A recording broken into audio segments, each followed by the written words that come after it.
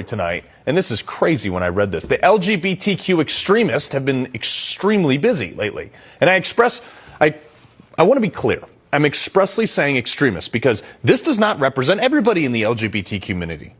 During the entire month of June and these pride celebrations, they are absolutely everywhere. Drag queens are speaking on behalf of the U.S. Navy now for some weird reason. Some are forcing our children to read and watch sexually charged material. They're running through rainbow archways in school and tons of other stuff. They're honored at the White House. And if this wasn't enough proof that they're equal and even special status in society, America's largest lesbian, gay, bisexual, transgender, and queer civil rights organization, called the Human Rights Campaign, has declared a national state of emergency for members of the LGBTQ plus community. Right.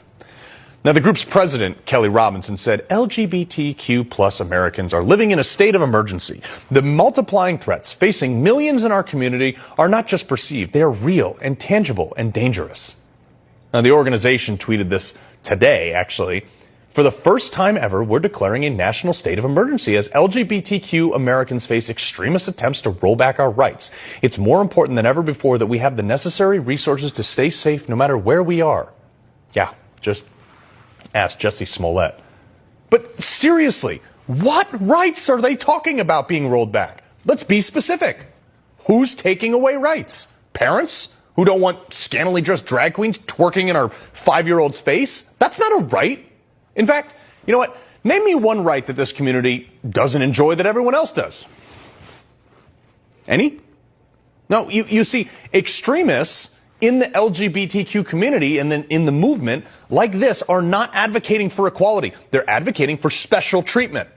And given how brazen this group is, and an ever-growing wing of this community has become, and they're more openly aggressive against anyone who even disagrees with their radical social justice campaign.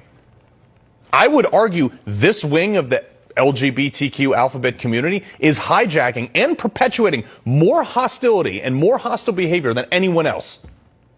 Remember, most Americans, folks, like myself included here, we couldn't care less who you sleep with, how many pronouns you use, what you chop off, what you sew on.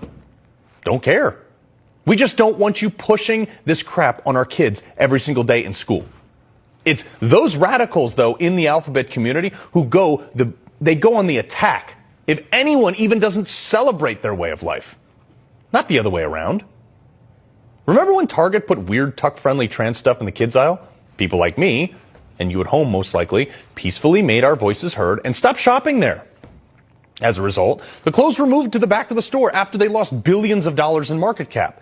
And it was radical LGBTQ members who called in 3 separate bomb threats, not people like me.